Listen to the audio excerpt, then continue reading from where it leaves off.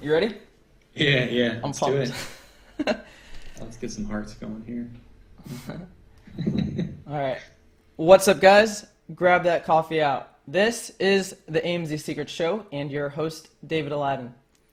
I've built the show to get past the basics and into the selling strategies and secrets. I look to understand the person, their strategies, their secrets, so all of us can build better businesses. Today's sponsor is AMZ Secrets VIP, a platform that brings the best sellers on Amazon all in one place.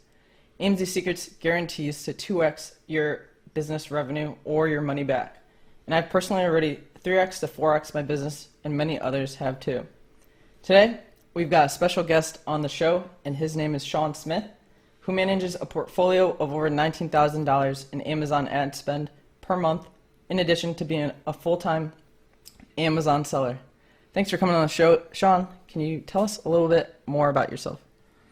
Yeah, sure.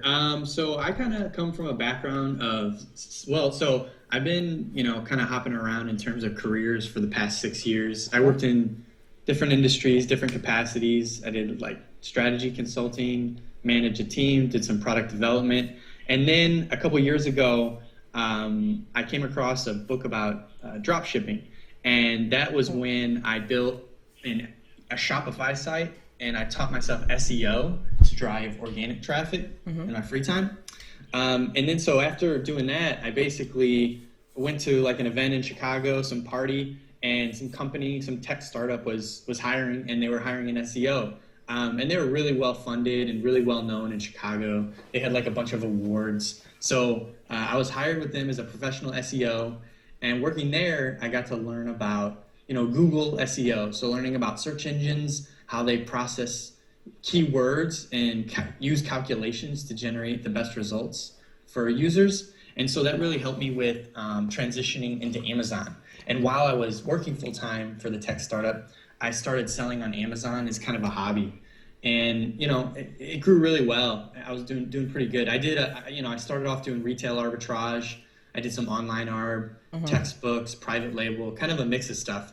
But then people started. I noticed at a local meetup in Chicago that people, I don't know, I felt like people needed help with sponsored products, or maybe they didn't understand the platform as well. And so I just kind of hopped in with my internet marketing background and just helped them out. And then that's when people started kind of hiring for management and coaching and consulting for the PPC.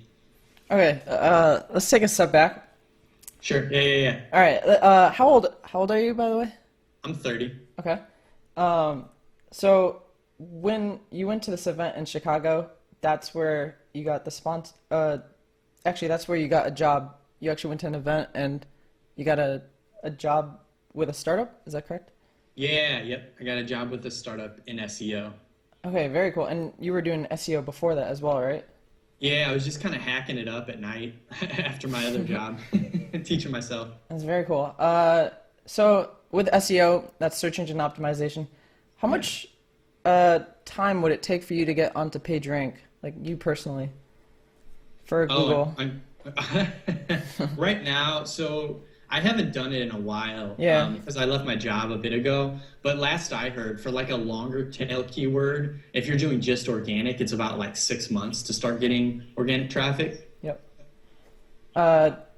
Do you ever this is gonna be a side note question. Do you ever buy a website to get past that 6 month lag? You know, that sandbox that Google puts you in. Yep. Interesting. Okay, go ahead. Oh, I haven't done it, but I know that that's a tactic that a lot of sellers use. Like they'll buy websites with an already established domain authority or that rank for certain keywords, and then that'll help them drive traffic just already. I mean, you're just paying for the traffic and the real estate. Yeah. And then yeah, you can kind of redirect that traffic to wherever you want. You can build that out. That's actually something that I'm currently working on. I just acquired a website. Oh, cool. And it gets about 100,000 visitors a month. So that should be pretty cool. And then I've got to figure out how to integrate it with my products and everything. So I'm thinking about adding a whole storefront, and then also in the sidebar, my Amazon products and stuff like that. So would you sell on that website or drive them to your Amazon? I think I'm going to direct them to my shop page on my authority website for my products, Oh, which cool. will prevent a lot of, people that just jump on the Amazon listing and don't buy. So it kind of like filters out some of the bad traffic coming in before they get to the page. I think that would help the conversion on Amazon side, visitors to people landing inside, right? Yeah, yep.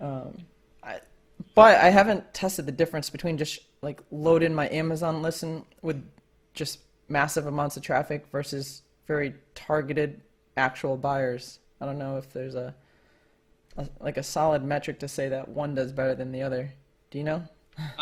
It can be tricky because, I mean, you kind of have to interview the website owner to see like the interaction with the audience and be like, yo, how often do you interact? Do you have like an email list, like a small email list or something of brand followers? Those kind of metrics can help you really dig into like, the return on investment and how fast you can get that. Plus, people use like, I don't know if you've heard of PBNs, private blog networks. No, not the way you're mentioning it. Yeah. Can you tell us a little bit more about that? Yeah, so private blog networks, they're not they're not as I haven't heard of a lot of people using them lately. I haven't been into the SEO space in a while and kept up with it, but I know basically a private blog network is a network of blogs where you can just basically you take the link juice of a bunch of networks of blogs and they're private, so they're not out there for the public, and you utilize all that link equity to drive it to one website to get it to rank. Yeah. Are you doing that with your listings right now, or?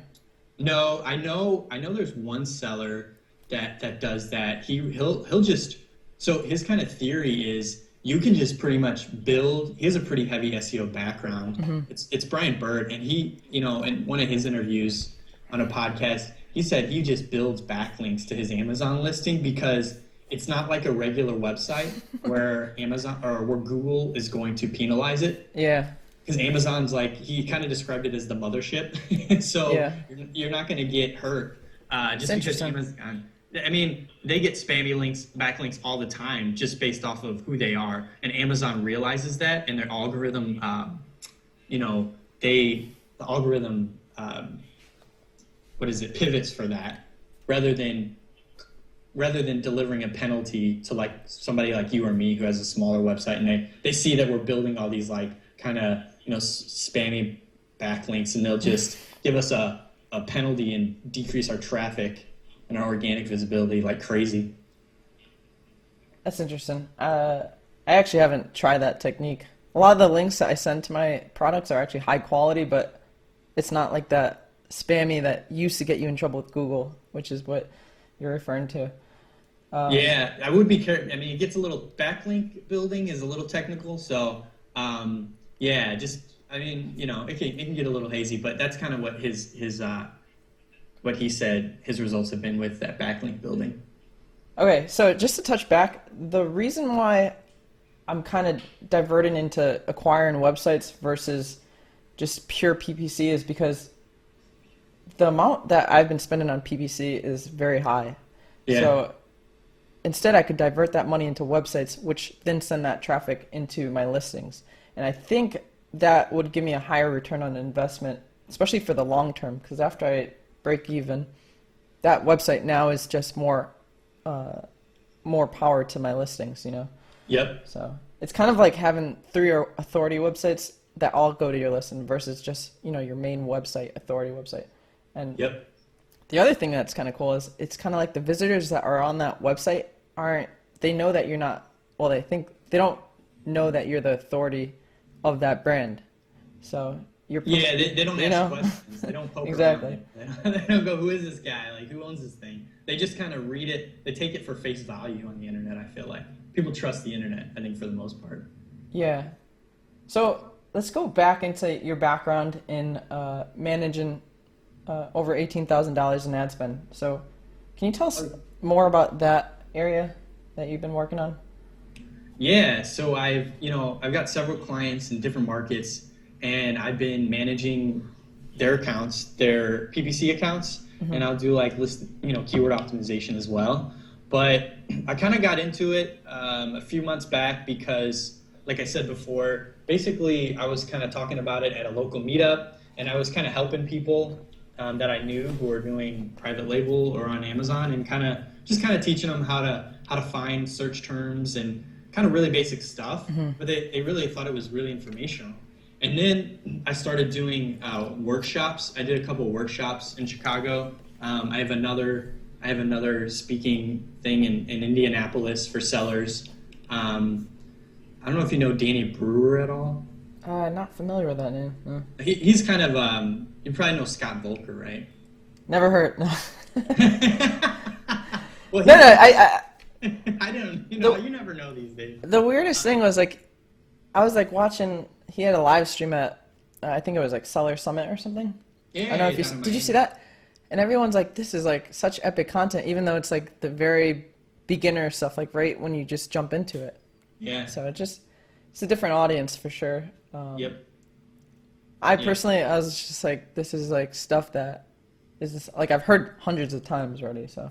Yeah, it's been pounded into your brain. Yeah, so it was cool. It's actually kind of interesting that he was live streaming in an event that was paid into his channel. So I guess they allowed it. Yeah, right. Get away with anything. He's kind of invincible at this point. Right? In the PL space. Yeah. But the Danny Brewer is kind of a friend of his. He's a pretty big seller, and in June I'm kind of like speaking to the sellers at his meetup in Indianapolis for PPC. Oh, very cool. Yeah, so I'm kind of like, I'm not like, I do kind of like getting out there a little bit to teach people. I'm not like a guru or anything. I'm just kind of learning like everybody else, and I just want to bring value to people so that they can like take like solid tactics and use them, and hopefully decrease ad spend or increase the effectiveness of their pay-per-click Amazon sponsored ads. No, I agree. When I like just immerse myself, kind of like what we're doing right now, the more I just keep like getting into Amazon and talking about Amazon, the more I can kind of like get all my thoughts onto the paper and just figure out where I want to go with my business. So. Yep. Yeah. Okay, so with your PPC campaign or clients, are they all in different categories? How's that looking? Yeah, right now they are, which is really interesting because I get to see. What's really interesting about this is you get to see like average cost per click per category. Yeah, per category. Yeah. Because categories have completely different cost per clicks, and that's going to affect your bid habits or your bid behaviors. Because a 50-cent bid in one market will drive like a ton of impressions, and then a 50-cent bid in another market is like a longer tail play. And so I think for like sellers getting into sponsored products, kind of knowing what your market PPC is before you get in. Yeah, definitely. What would you say is the lowest PPC markets and the highest PPC markets? That's a good question. I know like home and kitchen is pretty high in terms of like cost per click, and then I know like automotive and I would say those are like the two big ones. There's automotive being the lowest. It's definitely on the lower end. Automotive is. I've heard of that too, and I've heard of that it's actually a lot easier to get ungated in that category as of today. I don't know if you've seen some posts about that. No, I haven't actually. I have to check it out. And there's people that are specifically targeting that category for that specific reason too. So pretty cool. Oh, because of the low cost per click. I mean, I think it's like the low. It was like hard to get into. So not just the low cost per click, but also just there's not that much competition in the automotive category as of right now. So. Yeah, and the gated categories are good. The gated category is a good place to sell products, especially when they make it harder and harder for people. The thing with automotive is there's just so many different cars and different products that you can have per car. So. Like I drive a Jeep, and I was like looking for like Jeep parts, and there's a lot of like missing areas that the product that I was searching for just didn't exist. Yeah. And so I had to shop on like little small websites that had those parts. So it's good for those little small websites. Keep them in business. It's kind of like it's kind of like a little secret. If there's a lot of massive brands that don't support their product on Amazon, that's like definitely a great private label area to go into. Yep. That's probably why automotive is so empty. It's just because there's just so much stuff to go into, and also the parts are so expensive there too. Yeah, and usually, I mean, parts can be like heavier and oversized. And Yeah. I think the automotive industry, I wouldn't expect to see a lot of like women going into selling like Jeep parts and stuff. It'd probably be more like it's more of like a masculine type of category. Yeah, definitely. Which kind of actually is kind of a filter, right? Yeah, For the category exactly. itself. Yeah, and it's kind of like jewelry. You see a lot more women in there. Yeah, yep. Okay, so let's go back into search engines and Amazon's search engine. Why do you think Amazon's search engine ranks the way it does? And can you tell us some advice to optimize our listings?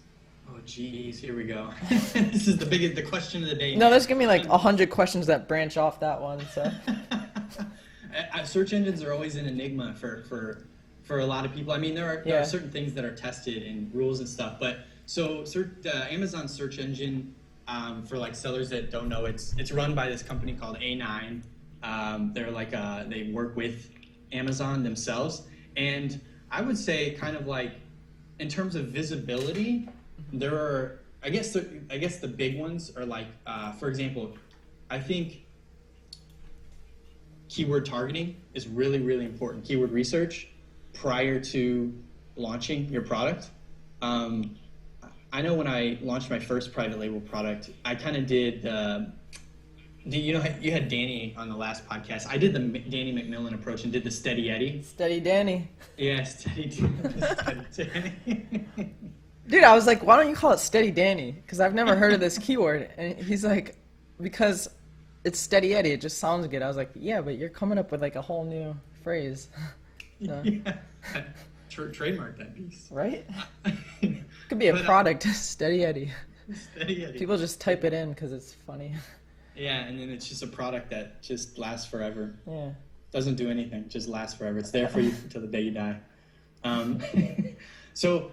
know like there are a lot of factors that go into like Amazon's search engine and how they rank things. First, it's keyword targeting. So you need to know which keyword you're going to target when you purchase your product. It's kind of your head term. So that's going to be your main keyword. And then you also kind of want to do keyword research around longer tail keywords prior to see what you can rank for. And you can actually do keyword research into those other longer tail on Amazon just to see what the competition is. You could use like a product research tool to estimate sales value on the Amazon page and see how competitive it is prior to launching the product. Because then that gives you like an overall assessment of the competitiveness of the market. Because in general, in terms of ranking in PPC, those like Steady Eddy markets are a lot more cost effective in general. I've noticed kind of what Danny noticed too, like the PPC, the ACoS, the average cost of sale, is a lot lower, and the campaigns are just much easier to manage.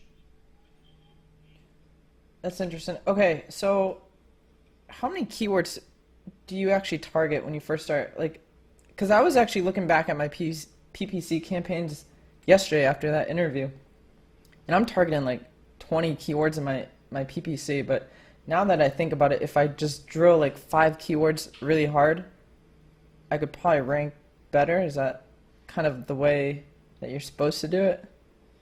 It's kind of tricky. So it depends on the competitiveness of your market, whether or not it'll be cost effective. Yeah. So you want to know your budget too, and whether or not you're going to rank. So I'll target like, I'll target like, I actually have a lot of keywords. I do a ton of keyword research. I have a lot of different categories of keywords that I like to pull in. Okay. Like for example, one of them that works really well for my clients is typos of head terms. Those do really well. Things like that, colors. So I like to target a ton of keywords to see what I can bring in. But I would say I usually target like only a few head terms. Do you do typos in PPC or just keywords in the back end? I do both. Okay. I don't know if I do typos via PPC. That's actually... Yeah, it's actually, those are some of my, in terms of ACoS, those are some of my better performing campaigns. Wow, okay. I'm going to have to try that out. Yeah, I do. Yeah, I do I like to test a lot of different keywords, variations of my head terms, because you just never know what's out there, man. Yeah, people, we don't know what is in the user's head as much as maybe we think we do. And yeah, there's a lot of keywords out there that you can test. Okay. In terms of like keyword percentages, do you go for more long tail keywords, or are you focusing more on your main keywords? Like, would it be like a 80% long tail keywords and a 20% targeting versus on main keywords? Yeah, for the most part, if you want a low ACoS, you're going to really want to get as many long tail keywords as you can for the long term. Gotcha. Just because it's like finding these like smaller markets, right? Finding these markets where nobody else is. Where's And your, then, okay, go ahead. oh, and so I try to focus on getting longer tail keywords in general. That's why I use typos, Yeah. because it's a good way to find out where those longer tail keywords are. And when you use your top converting terms, then it's more likely that people will actually type that in. What tools do you use for your long tail keywords? Is there any tools that you recommend? Yeah, there's this thing called it's called ppcblog.com, tools.ppcblog.com, and they have a typo generator, and they have 6 different types of typos that you can choose from. And so you can type in usually what I do is I'll take the top 2, like you go into your search terms report, sort in descending order by orders placed, per SKU, and then, or per product, and then I pull the top 2 converting terms, and I'll go on ahead and translate those into typos. Very cool, and it looks like their tools are free too, so. Yeah, yep, definitely free. Awesome. I'll have to try the typo generator too. They actually, it's more of like an SEO website, so it's kind of cool how that came into your Amazon background. Like a Google SEO thing. Yeah, dude, I use there are actually some tools that I don't usually, there are a couple tools that I haven't heard of in the Amazon space that I'll use that are cut from my SEO background. Like, for example, I don't know if you know SEO Chat at all. No, haven't heard of that one. Well, they have a Amazon feature, like an Amazon search feature, where you can filter, you enter the query, the keywords, and then you just click Amazon, and then it'll search for those.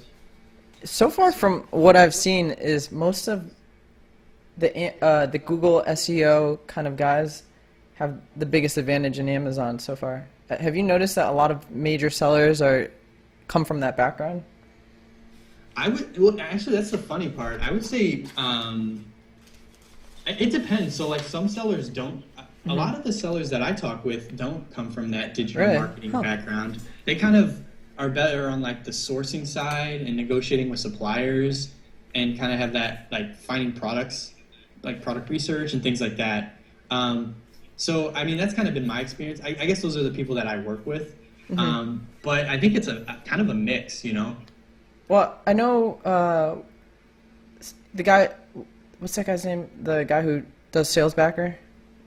Oh, is it Chris Guthrie? Yeah, and he's a big SEO guy. And then also Brian Burt is a big SEO guy. Yeah. I think his goal is like to shoot for over $1 million, is it a month or a day? $1 million a month. Okay. Yeah. Something crazy. So. Yeah, that's awesome, man. Yeah. I mean, yeah, he's kind of he's a long-time entrepreneur, so he's got a lot of experience in building businesses. So it's definitely, I think it's attainable for someone like him, since he's got such a strong background in building companies. I actually asked him to come on the show, and he might be coming on Monday, but we'll see. Cool. Yeah. The funny thing is, he's like, "Can you email my VA?" I was like, "What?" He's outsourced everything. He doesn't even do his schedule anymore. He's gonna outsource himself. He's gonna get a doppelganger and just. Speaking of outsourcing, do you outsource at all, and what tasks do you push off? At the moment, I don't outsource any of like the tasks right now for my management. I did previously outsource product research to a VA. I literally would just give him my criteria and then just how many products I want. And I would use kind of like the metrics for a steady Eddy product, and then he would just send them my way. How'd that go? I actually did something like that, and it didn't go good, by the way. It actually, I would say, I think it went really well for the first time. Like Yeah. it wasn't as like, I guess I'm kind of like particular, but I guess it wasn't as tight as I would want it to be. But I think overall, he found some stuff that I maybe I wouldn't have found, and he did save me some time. Because then I could even look for markets within. Maybe if that keyword didn't work, I could maybe like look for a market within that keyword. Interesting. I noticed that everything is based on the keyword that your type of selections. So it's very keyword focused, right? Yeah, because the internet is the internet it can't really read. Now, since I was in Google SEO, I had to kind of keep up on their technology, and they usually be at the cutting edge of everything. So they couldn't. The way that they would interpret videos and images is Google would read the keywords around your video and image to give context to what it is. So if you had like a keyword or something that described, or you wanted to target a keyword to describe an image or video, you'd want to put it like, when you insert it in your blog or your web page, you'd want to put that keyword like right above it or below it, because it reads the keywords around it, because they can't process, it's harder to process content within images and videos. I'm sure they're working towards technology like that, but since the internet is so word driven in terms of technology, that's kind of why I have such a keyword focus. Well, actually, just to step into this, since we're going deep into SEO, with my websites, there's a meta tag with the images, and I also meta tag them. So whatever keyword I'm trying to target, and I think do you know what I'm talking about? Is it the meta tag or the image alt tag? The image alt tag, that's correct. Yeah. I imaged alt tag all my images. Same with the links. What meta description? No, that's not it. Yeah. Is that it? Okay. The actual link itself or the meta description? Yeah, I put an anchor keyword within the links the too. anchor text. Yeah. So just like little things you can do with your website that also makes it more relevant to Google. Not necessarily the searcher, but just kind of cool tricks. Yeah, it gives Google context to what you're trying to convey. Yeah. Like it tells them like, hey, this guy is telling us that his website is about this, so we need to rank him for this, that, or the other. Speaking of that, I don't know if you've watched. I'm getting some background noise on your side, by the way. I think. Oh, sorry. Let me move It's over. okay. You good? Yep. Nope. Cool. I don't know what happened. I didn't do anything. I think my audio is replaying into your speakers coming out, They're merged. and it's picking up into your mic. Yeah. All right. How about now? I'm moving the phone away to kind of like. I think. Yeah, that's good.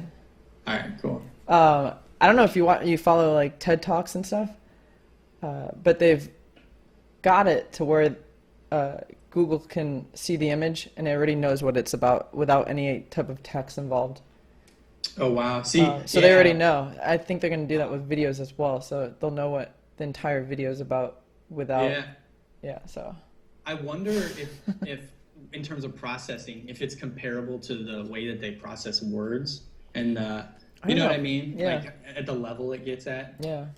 Yeah. Interesting. I didn't know that because. Oh yeah, it's incredible. Like they can pull like 10 million images, and then they can search for a lion. Like let's say it's the animal lion. Yeah. And it'll from like the 10 million images that shows all the lions, and then they can type like lion head, and then they'll show like in that. So like the computer knows where like the images and what's in the images and all like the little attributes of that image. So. Yeah, I think very soon adding descriptions to images is going to be like a thing of the past in terms of like search engine optimization and stuff. Yeah, like alt tags. Yeah. Yeah. Okay, so let's go back into Amazon.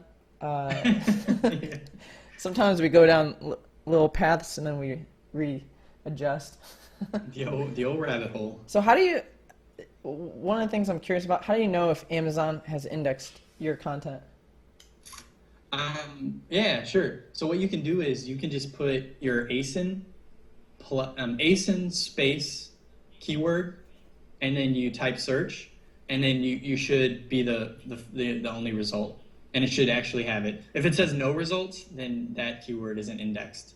I also have a tool. Oh, I see what you're saying. So you're checking for indexed keyword ranking, right? Is that? Well, I'm just checking. So like just to, for ranking, you would just type the keyword in the search engine and hit, search and then see where yours is. But with indexation, you're using the ASIN to really target your product, space keyword, and then I have a new product and I'm a client.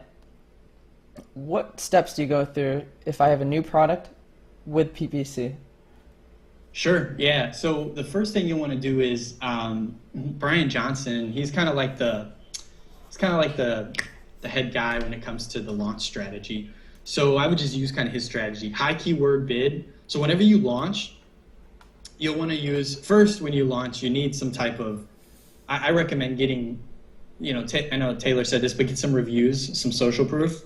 Mm-hmm. Good stars, 4 to 5 stars, and then putting on the PPC, run that auto campaign for about 5 days at a high keyword bid, $2-3, and then pull that data, sort it by impressions, pull your search term report after around 5 days, sort your impressions in descending order, and then find out, in those impressions, the top 10 keywords, what Amazon thinks of your listing, and then kind of find out where you can improve. So if you find out there's something like you find a bunch of keywords that are completely irrelevant to your product, mm-hmm. then you'll want to find out where you can fine tune your listing so that whenever you're getting impressions, it's more targeted to your market. No, that makes sense. That's actually what I do. Yeah, I figured that's kind of like common practice for most people. And then I would say it really gets tricky when it comes to, I think the biggest problem, or at least like a big problem I see with a lot of sellers is like trouble with scaling. Mm-hmm. Scaling them. Are you talking about scaling your PPC campaign or the product itself? The PPC. Okay. I feel like there's a lot of like ad spend that gets, thrown away when it comes to scaling. Just because like proper optimization isn't implemented. Okay, okay, let's say once you got your 10 keywords, how are you scaling the PPC campaign after that? Well, first you want to test like the converting terms, right? So mm-hmm. You just in your search terms report find that. But I'm a little more targeted. So if it's an irrelevant term that I converted for, I don't really use it because, even though Amazon is wonky, man, I'm telling you, they are so wonky with their reporting. I sometimes wonder how it happens. Right? You'll get a weird conversion from like a word that doesn't even relate to your listing. I get it a lot, yeah. Yeah, I have a client who gets that a ton in his auto campaigns, and they're doing really well, like low ACoS, but I don't bid on those mainly because if I bid on those, I'm going to end up on completely irrelevant pages, and I might get less targeted clicks and waste some ad spend. So if it's irrelevant but it's getting conversions, I just let it ride, and then I pull the relevant keywords, stuff that I know. I'll manually pull a search term and put it into Amazon to mm-hmm. search it and see what pops up, and then if it's like my client's product, then yeah, that's good to go. But if it's not, I'll just bypass it, and then I'll test those in all 3 match types, because there's like, I don't know, with Amazon there's like no rhyme or reason to a lot of different things. You kind of have to test things. So testing in 3 different match types really helps find out which match type performs best for that specific keyword. And then in terms of scaling and like doing keyword research, I think what's really important is making sure you're using a good tool that uses Amazon, especially for like people who might not be as well versed in keyword research or like the PPC space. Using a really good tool that will generate like targeted keywords and just kind of scanning them to make sure that it's kind of relevant to your market. Because when you do bulk uploads and stuff, if you end up with irrelevant terms or you end up getting clicks that aren't converting, then it can, your scaling can look a bit more abysmal. I think, just for everybody watching live, I think Shawn comes up with some pretty solid advice, and it's like you don't want to get too attached to keywords that convert, especially if they're not related to your product. And I think sometimes I have a hard time just turning off like a okay converting word, but you can actually do a lot better than that. And just create a lot more relevant keywords and just turn off the ones that aren't. So Yeah, it's like you got to turn that emotional switch off when it comes to yeah, that kind of stuff. So you have a little faith in the keyword. yeah, It's only it's got a okay ACoS. Maybe it'll go down. yeah. And another thing with managing ACoS, just kind of tip is like you want to have a buffer. So if you're shooting for like a 25% ACoS or something, which is considered really kind of like really good. Yeah, I think that's pretty good. Right. Yeah. So if you're targeting 25% ACoS, then you're going to want to have to like shoot for like, an average of 20% ACoS across all your keywords, because you want to have some room to experiment. At least I think you kind of want to have some room to like test new keywords or different variations of keywords. And that's if you have time to kind of like do more keyword research, or you feel that there are different types of keywords that you feel could perform well. So kind of budgeting for that 5%. Here's a pretty interesting thing I was actually doing this the other day. I had an automatic campaign, and then I switched to a manual campaign. When do you turn that automatic campaign off? Do you turn it off right away, or do you let that roll a little bit so that the manual campaign? Yeah. I just decreased bid to about like 50%. For the automatic campaign? Yeah. Okay. Yeah. I just I have a couple so I have like a, maybe like a 50 center, and then I'll have like a 20 cent auto campaign, 20 to 30 cent. That's kind of like real long tail stuff. That's actually a good idea. I never even thought of that. Just have an auto campaign on like an automatic base campaign, and then keep it really low. Because right now I do kind of the Taylor method, where it's like, I don't even know if it's a method, but I got it from Taylor's. I'll have 3 campaigns, broad, phrase, and exact. Yep. And he says to do it at 0.02. I actually kind of increased it to 10 to 20 cents. Yeah. And that's based on my 10 keywords, or 20, 30, 40, or 50 keywords. But you're saying you should also do like a small auto campaign, and that'll start discovering keywords, or just advertising to keywords at like 10 or 2 cents or 20 cents. So. Yeah, it tends to, in general, like it'll bring in those for my clients that it has a lower ACoS. Like, oh, for sure, yeah. Yeah, like less than 10% ACoS or something. Yeah. The sales volume isn't crazy, but it really kind of brings in some stuff that you might not. It's free money. Yeah, right. That's how I see it. Like, if you get a sale for like 2 cents conversion, or you're paying 2 cents for it, why not? Yeah, I saw on a Facebook group. Can't go wrong. Yeah, I saw on this Facebook group, a guy got a sale on a penny. That's the crazy. I actually started deploying this technique, and I looked at my ACoS, and it's 0.02, which is insane. So I'm doing good on that end. So Taylor's method is like 2 cents and kind of work your way up? Yeah, I think he usually keeps it at 2 cents, and then he'll, I don't think he goes much higher than that, but he puts a bunch of keywords in the 2 cent range, and if it sells, it sells. If it doesn't, it doesn't. So. Interesting. Yeah, cool. And he does that for phrase, exact, and then there's another one. Oh, broad. So. Oh, so he'll throw in. He'll just run them, even if it he doesn't do any negative keywords. He just throws them into the 2 cent category. Yeah. Yeah. Interesting. Yeah, what I'll do is like. It's like free money, because there's gonna be a point where no one is advertising for that. So then you can pay 2 cents and get those clicks. So. Yeah, dude. Makes perfect sense. Yeah. And they always have a lower ACoS, man. Always, Really, it's not even like a little lower. It's a lot lower. It is a lot lower, and it's good to help get you towards your goal. And that's where like the longer tail keywords come in, right? Like, if you can target those keywords and you can get like. Like a 10 to 50, 10% ACoS or less, and you've got a ton of those, then it really helps with driving sales for really affordable. Well, if we get all the Amazon sellers together, we'll just tell them everybody just bid 5 cents. It brings all the cost for it, and then we'll tell all right, you guys can't advertise right now. You go. It'll bring everything down.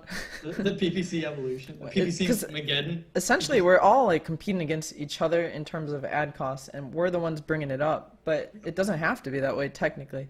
Yep, that's true. And that's why the 0.02 cent works. you're going for keywords that no one else is targeted. So Exactly. And you can kind of work your way up from there or stay Yeah. there. It depends on how you, and it depends on your market. So like, cause like, Yeah. and like you said, like in some categories where, 40 cents, you can get a ton of traffic, then Yeah. you might want to, It's you worth don't it. want to go in past 10 or 15. 'Cause Yeah. then it's Yep. start flooding yourself. True. Okay, so what do you do to make what do you do in your descriptions and your titles? Let's go from there. So with kind of like listing optimization, I use keyword density. So, Never heard of that one. oh yeah. So here's what I do. I'll take the search terms report. I'll do orders placed within 1 week of the click, descending order, and then I filter by only the search terms that get at least one sale, and then I copy and paste those into. There's a tool called like SportForge that will allow you to measure the keyword density. How do you spell it? SPORK FORGE. Oh, okay. And so then that allows you to measure the individual word density. And then I take that data and I just kind of delete stuff that's really irrelevant, like or just stuff that I'll type it into a search term or Amazon and nothing relevant pops up. I get rid of those. And then I take like that top 1 or 2 keywords, and I don't know. I'm a little gun shy about titles sometimes. I do some optimization with those, but I don't know. Like it can be tricky because sometimes I feel like Amazon has a memory or something. Because I did this on my own product with private label. I like totally revamped my back-end search terms, and like my sales just like, I don't know, it dipped. And this was a while ago, but and I felt to myself like, why did that happen? Maybe I didn't wait long enough, but and this is just one instance, so I'm not sure if that's the experience for everybody, but I'm a little gun shy about like too much over optimization. Like I feel like if you can optimize it like that first time, then that's like the best thing to do. With the back-end search terms, you can kind of play around with those, but whenever I revamped them, I saw like my sales plummet. So I do mainly tweaking on the back end, and then I'll do bullets and description. But title, I don't know. If the main keyword's not in there, then yeah, I will suggest it. Like when I use that keyword density, I want like the top 1 or 2 keywords in the title. Brand name plus keywords. The standard Amazon TOS. How do high keyword bids perform to low keyword bids? How do I keep? Oh, that's a really good question. In general, lower keyword bids bring in lower ACoS, like we were talking about earlier. Yeah. Okay. In general, if you're bidding lower in your market's average CPC, you're going to pull in longer tail stuff, and in general, the ACoS will be lower.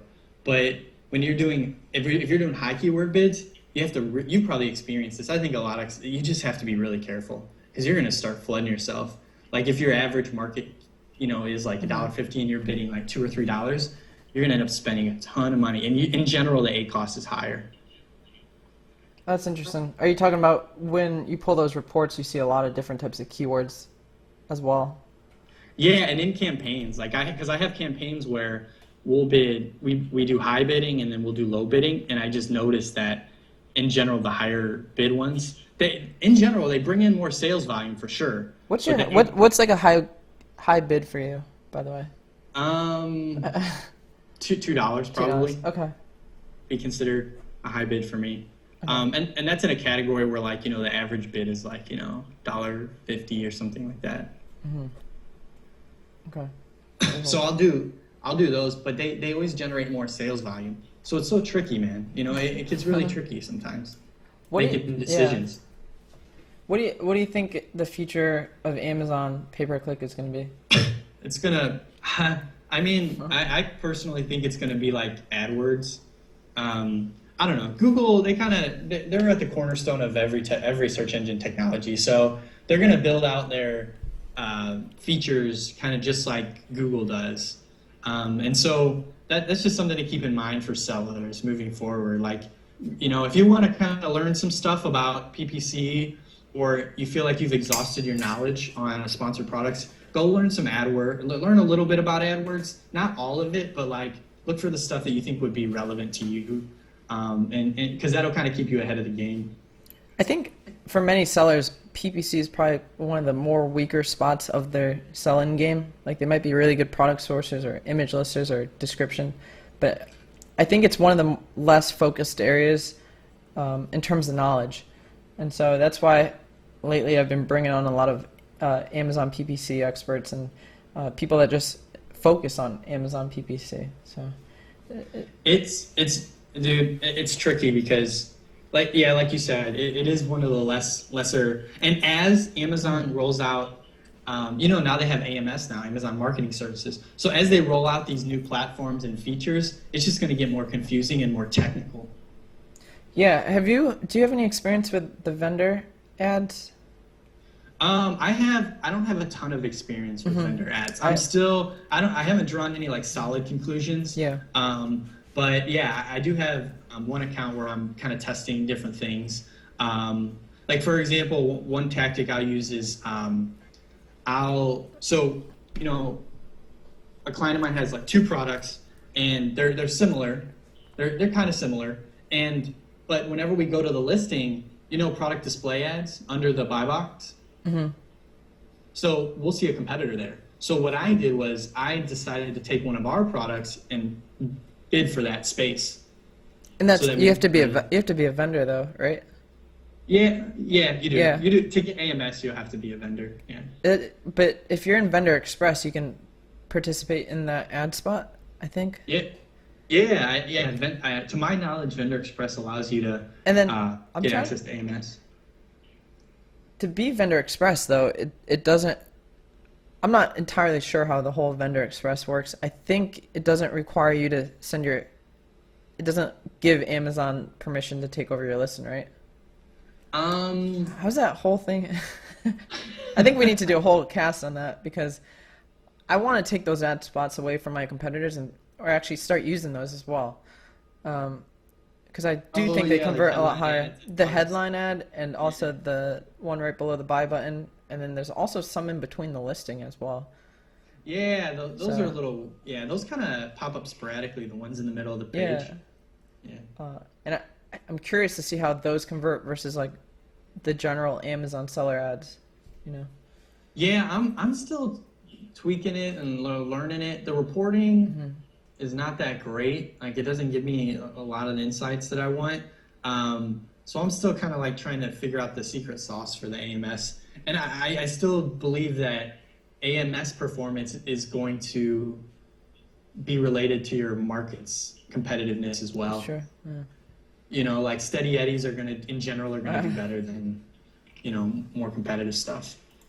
Holy crap. All right, so we technically have 2 minutes left, but we'll do 5 more minutes.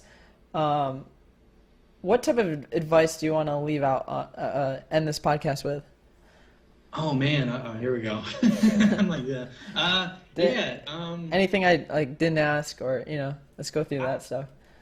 Yeah, I would say really like before you scale your campaigns, really look at the data and really because I see scaling is like a tricky part for most sellers because you can spend so much money on sponsored products and not get the results you need. Yeah. And also having a realistic expectation of sponsored products too, like not using it as like a way to just like push your sales, like skyrocket them. It's only a part of selling, like I think it's like 15 to 20% of sales are from pay-per-click, whereas the other 80 to 85% are organic. So knowing expectations is really important, and being careful with scaling. Do your research beforehand because it can really, you can spend a lot of money on scaling. If you have the money, that's great. Yeah.